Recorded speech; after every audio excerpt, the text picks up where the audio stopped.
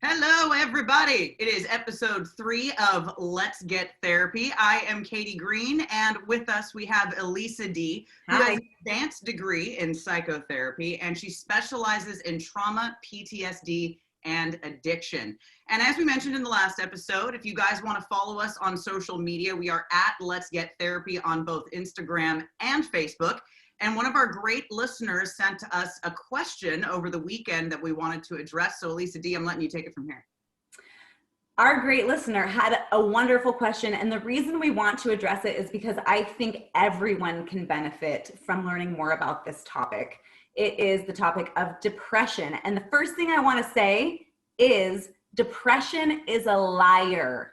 Depression is this thing that gets in your head, starts circling, and tells you the worst things about yourself. And it's really this narrative that we not choose, that's a bad word. It's this narrative that we start to believe, and it becomes part of our core belief system. So I want to talk more about that. But our listener had a great question. How do you support somebody who is battling depression? How do you support somebody, a loved one, a friend, a spouse? How do you support those people in your life who are battling depression? Because the reality is many of our people in our population are battling this. I want to call it a disease, but it's a disorder. But It is like a disease, because if you've had trauma, first of all, that can be a great indicator of depression. And also sometimes there's just a chemical imbalance that you can't help. You can't do anything about it. And so we want to talk about, how do you support those people? Now, I know you, Katie, have mentioned that you have had your own bouts of depression. You've struggled with this. So, I would love to hear a little bit more about your story if you're willing to share. Absolutely. I always call it a battle with depression. I guess that's what you can call it, because it is a constant fight. That's right. Started around sophomore year, high school, 15, 16. And I was, super outgoing, playing varsity basketball, but I just kind of always had this looming sadness. So it wasn't something that I could pinpoint either, which was what really bothered me, because usually it would be like, okay, here's the problem, let's handle it. But this was something where it's like, why do I feel like this? Yeah. And it took getting help. Mm-hmm. And getting medication. And the other part of it is I also deal with anxiety, and those two are best friends in Monster Town. I can tell you that, because when they team up, it is not a good thing. Oh, they feed off of each other. Absolutely. And I like what you said, that it is this thing in your head, because it is. It's that voice, or that monster that you just want to, you want to clock it and make it go away. And it's not that easy. Mm-hmm. And it's also something that you can't always see is going on with someone, because a lot of people just push it down or ignore it. That's right.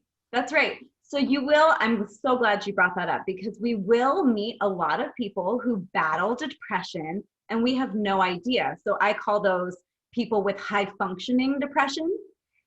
So what you might see is somebody who jokes a lot, somebody who smiles a lot, but really what's going on for them is that they're having difficulty expressing the pain that they're feeling. So wow, like the picture of Robin Williams. Boom, right, exactly. Most comedians battle depression. Wow, okay. Right, so that's, you might have your best friend, you might not even know that they're battling this, because they're always joking around with you, they're always smiling. But that's kind of what's going on underneath. You might see somebody who cares a lot for others, but what's going on in their narrative is, I'm undeserving of this love and care, so I need to give it to other people. I have to take care of others. Wow. Because I don't deserve this. So I have to give it away. But okay, so are there any, now let's say you have the person who handles it, relatively well, or hides it well. Right. Are there any particular indicators that someone can look for that might be a common denominator in people's cases? Is there like a certain sign to look for, or maybe just like a certain question to ask if we have like a feeling about it? Right. A certain question to ask. I think that's a tough one. Mm-hmm. And a certain indicator, I think you'll see a lot of people with depression just kind of check out for periods of time. So you'll see somebody who's super high functioning, maybe doing what we just talked about, smiling, joking, caring for others. The other one is being very high achieving because they feel like, okay, maybe this will make up for how bad I feel about myself. If I can just do this really well, that maybe I'll be deserving of people's love. Maybe I'll feel good enough. But then what comes with that, the underlying is like an imposter syndrome, right? Okay. So because the reason I say checking out could be like the common denominator is because even high functioning depression as well as low functioning depression, you are working super hard constantly to fight this battle. So to present like everything's fine and I'm great and I'm happy all the time is a lot of work. Sounds exhausting. It's exhausting, right? Have you had to deal with that before? You know, I think I would say I have it relatively under control now because I've been dealing with it for 15, 16 years. But like back then, overcompensating was, that was my master. Because, you know, if I started feeling that I hate like public display of emotion. And when I start to feel it coming on, it switches from sadness or whatever I'm feeling to anger, and I get mad at myself because I'm like, you're in public, what are you doing? And it's this whole, I get into a full-blown battle with myself right there. So I would overcompensate and try to like laugh stuff off, even if it, you know, hurt me, or right, you know, try to be the funny guy, which still follows me around every now and then. And I'll, you know, but I've gotten more honest with myself in the way that I'm feeling. But I see, you know, I can think of a couple of people right now that I know that you just kind of hit a switch with me. And I'm going, I wonder if this is just, you know, they're out there with friends, they're showing all they got, and then they go home. Yes. And, you know, there goes the flare. And you collapse because it is exhausting. Like you said, it's exhausting to put on that show. Right. I mean, it's like an actor. They're acting all day long, whether they're at work or with friends or whatever, and then they come home and they collapse. And so you'll see that same thing with low functioning depression, but it's just on like a lower functioning scale. So it's much more obvious with somebody who's low functioning. I don't know if that's a great way to put it, but you can see the markers. But I think with high functioning depression, there's a checkout phase. You know, you might not hear from somebody for a couple weeks, or they might not respond to your texts or your calls or whatever, because they are regrouping. And responding to somebody's phone call or somebody's text can be so draining to do. Just picking up the phone and having that social interaction can be incredibly painful. Yeah. And so now if we're talking about the people that hide it well, what about somebody you know has it? So you are, you know, talking to one of your friends and they're telling you, you know, I'm feeling a little bit depressed. What can you do? Okay, so now it's out on the table. Right. So then what do you do?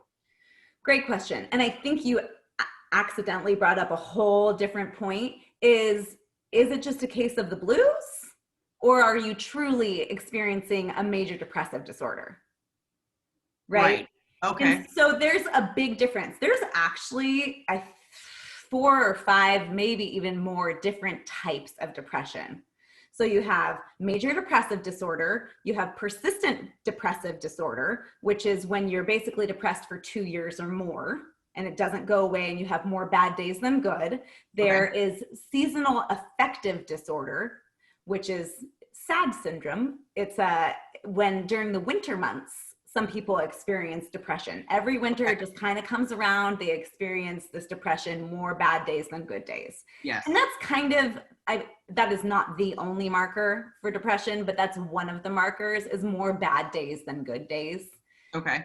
And then you'll have postpartum depression, and then you have atypical depression. And I won't bore you with the details of all of that, but the one that we're normally gonna see is probably major depressive disorder. Okay. So with that, that's something when you're having more bad days than good days in a 2-week time frame. Okay. So just bad days like lack of motivation, just kind of like your typical depression symptoms. Yeah. Okay. Well, And you say typical, but a lot of people might not know what those are. So lack of motivation, feelings of powerlessness, feelings of hopelessness, feelings of I'm not good enough, worthlessness. So it's all of this negative narrative gets stuck up in that head of yours, and we start attaching ourselves to that negative narrative. So it's a little bit different than, like, for me, for example, of course I have some thoughts of, oh, that was a stupid thing to say, or why did I do that? That was dumb. But it's not something that I'm regularly attaching myself to. We Okay. all have these negative thoughts that go through our heads, but it's really, I think, a marker is, do we attach ourselves to these thoughts? Have these become our identity? Right? Which is why I opened up with fear is a liar. I mean, fear is a liar. Fear is a liar also. That's very Depression, true. depression is a liar. Depression Yeah. is a liar because it's telling you that you're a piece of crap when you are not, but you're attaching yourself to those beliefs. And it's really hard if we've had outside influences telling us that, or if we have this chemical imbalance that gives us this bent towards that. It's hard to detach and relearn a new narrative. So I forget your original question. No, that is actually really important, because you forget, because you hear all this in your head.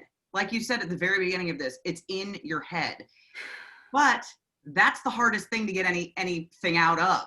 Right. So, once it's in there, and yeah, you get this little voice in your head that's constantly reminding you of all those things. To detach is a big task, which will bring me back to how can we help someone that, okay, we already know that they are dealing with depression. This isn't a bad day. All right. This isn't, we're going to go have ice cream and everything's going to be cool. This is, we're dealing with something that's bigger here. Right. What do you do other than just listen? I think that is one of the best things you can do, is just listen, but also be willing to just sit with somebody. Okay. Maybe they're most likely, if they're experiencing a true depressive episode, they are probably not even going to want to talk, right? Because it's too hard to talk. So letting someone know, hey, why don't we just sit together and watch a TV show? We don't have to talk about anything. Let's just watch a comedy. Let's just sit here. Maybe we don't even watch anything. We can just be together. And so giving somebody with depression that permission to just be, but you'll also come alongside them and be with them, is life-giving and life-changing, I think. That's just like you were talking about, you're giving them permission to just be, rather than maybe like the high functioner that goes out there and puts on a show. Yes. No need for a show today. We'll just be. Just be. That's really, okay. That's interesting. I like that. I think we have the tendency, because in our culture, we're a very go-getter culture. Americans are. It's like, stay busy, do, don't stop. And so we kind of think that we can just willpower our way through everything. And that's not what depression is. And so some people who don't understand it, or who are higher functioning or whatever, they're going to say, well, just think positive. Right? Oh, yeah. Don't the people who deal with it love that. Right. Yep. That's probably one of the worst things you could say to somebody who's dealing with depression. Hey, just don't stress. Okay. What would you do if someone said that to you and you were having a depressive episode? Ooh, that is when two things. Hopefully the first one is what I end up going with, is I just don't respond to it. I just, okay. Cause that right there has just pinpointed to me, big red flag. I am interacting with someone who doesn't get it. Right. Number two, and the less preferable option, is the anger switch, which is when the mouth, I swear there's a brain in there somewhere and it does its own thing. I take no blame for it. It wasn't. I love that. That's the thing though. I mean, when you are in that moment of, whether it's depressive or depression or anxiety or whatever it is, you are not present here, you are in there. And someone says, oh, well, just try to not think about it. Right. Mm. Just don't focus on it. Okay. Good things in your life. That's like a man telling a woman that giving birth doesn't hurt. Great. Another Katieism. Let's start writing these down. I know. We really should. You've had like a really good handful of just fantastic metaphors. There's at least one good one for like 8 bad ones. Yeah. We won't count those. It's fine. Thank you. Sure. Right. Don't attach yourself to that. Oh, thank you. Yeah. Thank you for giving me permission for that, because see, sometimes I do. Right. That's just like what we were talking about earlier, like little things that we do. Those are all things like, it's okay. Mm-hmm. Everybody has something, you know, like, and that's like with depression, that it's more people are dealing with it than I think a lot of people realize. Right. And that's why it doesn't feel okay. And I'm not saying that depression is okay, but it's okay if you're dealing with it. Like you're not by yourself by any means. Yes. And that's a great point. Is I really think that our culture is moving in a direction to destigmatize a lot of these things. And that's much of the point of this show is we want to bring life and light to these mental health challenges that so many people in our population deal with. Especially, I'm going to circle it back again, during this pandemic, people are so lonely, losing everything. Yeah. And relationships are falling apart left and right. Mm-hmm. I have another friend who, you know, it's a bumpy road right now, and they don't live anywhere nearby that I could actually be there physically for them. Mm-hmm. And it's, you know, you're seeing it from all angles right now. Absolutely. Especially. That actually brings up another type of depression that I didn't even mention, is situational depression. So the pandemic, I would say, is a lot of people are experiencing situational depression. It's not like their natural bent to have a depressive disorder, but because of, you know, maybe having a relationship fall apart, or having to be isolated, or somebody dying, or some really difficult life event is exacerbating depression symptoms. So you will have, you know, 2 weeks or more where it's more bad days than good days, feeling a loss of motivation, all of those things. But the difference is you can pinpoint it back to an event. Okay.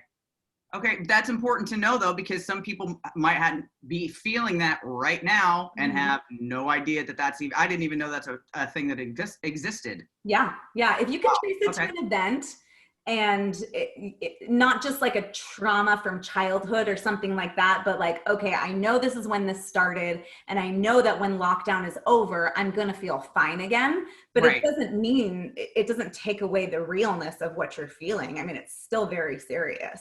Yeah, especially when we're looking at this whole pandemic and not really knowing when it's going to end. I know. It's hard because there isn't like, we can't be like, oh, okay, this date, it's all over. You know, we're kind of just in limbo. Right. And I think that's a great point. I mean, it's so hard for every human to live in limbo. Mm-hmm. Just the unknown. It brings up fear. It brings up just like a feeling of being unsettled. Like, I don't know when this is going to change. There is no light at the end of the tunnel. Stress. When am I going to be able to pay these bills? Yes. Yeah. Yes. All of the things. It's who knows what's next. So I think another great way to kind of come alongside somebody who is experiencing depression, and during this pandemic, it can just be a text. It can just be an encouraging text, like, you know, I love you for who you are. You're a very special person to me. And not necessarily addressing the depression itself, but just, you're a special person to me. This is something that I really like about you. And helping them kind of combat some of those negative thoughts that they have about themselves. Now, granted, I mean, that's a lifetime of undoing of negative thoughts. So your text might not go super far, but it'll mean something to them. Yeah, it's something. It's something, yeah. And like we said last week, planning a special event with somebody. Hey, let's meet up next week and go to ice cream, or let's go for a walk, or something like that. Setting a date. setting the date so they have Okay. something to look forward to, but also giving them permission to get out of it. Because like we just said, with depression, you're exhausted. Right. So they don't know how they're really going to feel in a week from now. So to Yeah. say, hey, let's schedule a walk. If you end up not feeling great that morning, just let me know. No big deal. So it's allowing them to be who they are. And then they don't have to go through the anxiety of, oh my gosh, I don't want to do this today, but if I cancel, so and so is going to be mad at me. Yes. Yes. That is an anxiety that I feel all the time. When, you know, I love making plans, and then it's time to leave the house, and I look at my dog and I look at the sweatpants that I just swapped for jeans, and I'm like, I want to stay here, you know? I know. And there have been a couple of times where I have actually said, you know what, I'm staying here. I'm not going today. Right. And I have really upset some folks. Right. And then I go through the stress and the anxiety of like, okay, I should have just gone because now they're mad at me. Mhm. And now I got to deal with this whole thing. But with what you're saying, giving them that it's okay if you can't make it. Exactly. That would make I could see how that would make a world of difference. Oh yeah, 100%. And if somebody's mad at you, Katie, for not showing up because you're not doing well, I wonder how good of friends those are anyway. Yes, this is not listening. I will tell you, this has been one thing that the pandemic has been good for, is finding out who your true people are. I think a lot of people have been doing some soul searching with the people they surround themselves with, especially because we're doing these social groups and you have to pick a small group of people to make sure right. And the friends that I have some people who are, we're doing the mask thing, we're doing the social distance, but they'll come out and see people. Yeah. And I have friends that I love dearly that are not doing that. They're staying away from everybody until they know this thing is finished. Mm-hmm.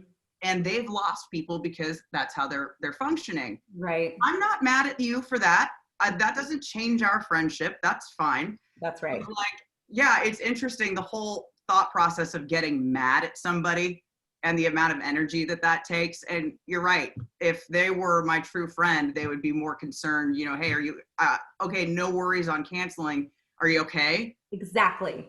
How about there? Let's start there rather than, insert all bad words. Let's start with some compassion. Yeah. What's happening for my sweet friend that she can't make it today? It's not, and I think that's something that we really have to get better at, is giving people the benefit of the doubt. Because if we look at most people's track records and they are our friends, we can go, okay, normally they show up, or, right. I do know that they battle this thing or whatever. If we give people the benefit of the doubt, I think our friendships will be a lot deeper and a lot stronger, and there will be a lot more safety and trust built into them. Yeah. And I like what you said, compassion, because I think I made it sound like I do that a lot. I don't. I get the feeling a lot. I get that every time I'm leaving my house to go fulfill plans, I won't lie about it. I get that, like, okay, I'm leaving my fiance here. I'm going by myself. And I do get a little anxious. It's just a thing. I don't know what it is. Yeah. But when I do actually bail on something, that is because I literally felt like I couldn't do it. Mm-hmm. And I'm not doing, it's not because I don't like you. I don't like myself right then. And that is, I love that you just said that right there, because that is exactly what somebody who's battling depression is feeling. If they can't show up in whatever time frame, or if they can't call you back, or if they can't text, or if they're late to work, whatever, it's because they don't like themselves right then. They can't even show up for themselves. How the hell are they supposed to show up for you? Yeah. And hanging out with me during that time would have been the last thing from a blast. I promise you that. Right. Exactly. So really, I think it's important to note that if you are battling depression, setting boundaries is very important. And if somebody does not understand the boundary that you set for yourself, then I would really rethink the safety of that friendship and find people who will understand and accept you with your mental health challenges. Yep. And give you permission to not show up, to not text back. And it's not about flakiness. It's about you're you can't even show up for yourself. So set the boundary. And it may require also you getting vulnerable and being honest about what you're dealing with. Yeah. In a good moment, you know, on a good day, saying, this is something that I'm dealing with. I don't expect you to do anything about it, but I need you to know there's days I'm not going to show up. Right. Right. And also be careful, like you said, maybe in like a good moment. Yeah. And I try, one of the things that I'm still even working on is like when somebody does come back, instead of compassionately with more of an anger, that's not the time to go into it at all or let their anger pull it out of me. Right. So what a tricky thing we're talking about. I'm confusing myself. It is super tricky. And I think it's intimidating for a lot of people. It is. Especially if you don't understand it. It's like, okay, this person's sad. I'm not quite sure what to do. And should I just try to cheer them up? And you just think positive, you'll be fine. And it's kind of scary to watch. But really, you need to almost mirror what you see them giving off. It's if you see them at a low point, just be low with them. Don't try to be funny. Right. Don't try to be happy. Read the room. Thank you. Read the room. Okay. That is something I'm teaching my 9-year-old right now. Oh. Reading the room. But yeah, more people should become adept at that. What's happening here? Okay, I'm going to lower my energy so that this person's not intimidated or that I'm not overwhelming this person. Yeah. Yeah. Read the room. That's great advice. I'm going to look down at my phone for 1 second because I have a note. Some really beautiful things to say to somebody, like via text. Okay. Who might be struggling with this. Awesome. That I think these are good ones. You're so much more than your symptoms. Your burnout isn't due to weakness. It's due to being strong for too long. I'm not leaving your side. I'll be here for you. Huge. You're enough just as you are. I like that. Your feelings are valid. Love that one too. When you're in those dark places, you feel like my life's not that bad. I shouldn't be feeling this way. This doesn't all make sense for me to be this upset. You know, people in other countries have it worse. So you start to feel guilty. And it's, your feelings are valid. What you're going through is real to you. That's exactly that you just pinpointed my situation. When I was in high school and I started feeling all this, I was like, what is my problem? I have two most amazing, what am I trying to say? I have the two most amazing people as parents in the world. Right. They're loving, they're together. Our home is peaceful. There's food on the table every night. I am, very blessed that the family has always been taken care of, and everything's great. So what is my problem? Right. That was exactly what I went through. And that's a really hard place to be, because then you, like you said, you put everything under a microscope pretty much, and you start trying to find the problem. Right. Exactly. Oh, okay. You feel guilty. Yep. I shouldn't be feeling this way. This isn't okay. What's wrong with me? I'm not ungrateful. Right. But it just felt like, why is something not enough for me right now when I have everything that I need? Right. Exactly. So I think that's a great place to leave it, is really just answering that listener's question is come alongside your family and friends, accept them for where they're at. Don't try to move them through the process faster than they're going to move through the process. You cannot speed it up. Okay. It's going to go through its own process, and letting them know, like what Katie just said, is your feelings are valid. You might not feel good today, and that's how you feel, and that's okay. Will still be here for you.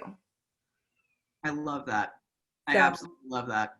Hopefully that's helpful for all of you who have friends and families that are battling this, because there are so many people, and just remembering how tired that person is. Yeah. They're so tired, because they just think if you had a war in your mind all day long. Yeah. So send the text message. Just do it. Make the phone call, and Eat the Eat Oreo. the Oreo. Yes. We're going to get it in every time. I don't know how, but it will be in there every time. Bring them a pack of Oreos and just say, let's eat some Oreos. I have never seen someone's day decline after getting some Oreos. So I think that that's a foolproof plan. 100%. It is the cure. We have to make sure that everybody, if you missed the beginning, follow us on Instagram and Facebook at Let's Get Therapy. You can send us messages, and that's how we got our topic for today. Yeah. We respond, and you can always post stuff along with us on there as well. Yep. Thanks for joining us. We'll see you next week. Next week. See you guys. Okay.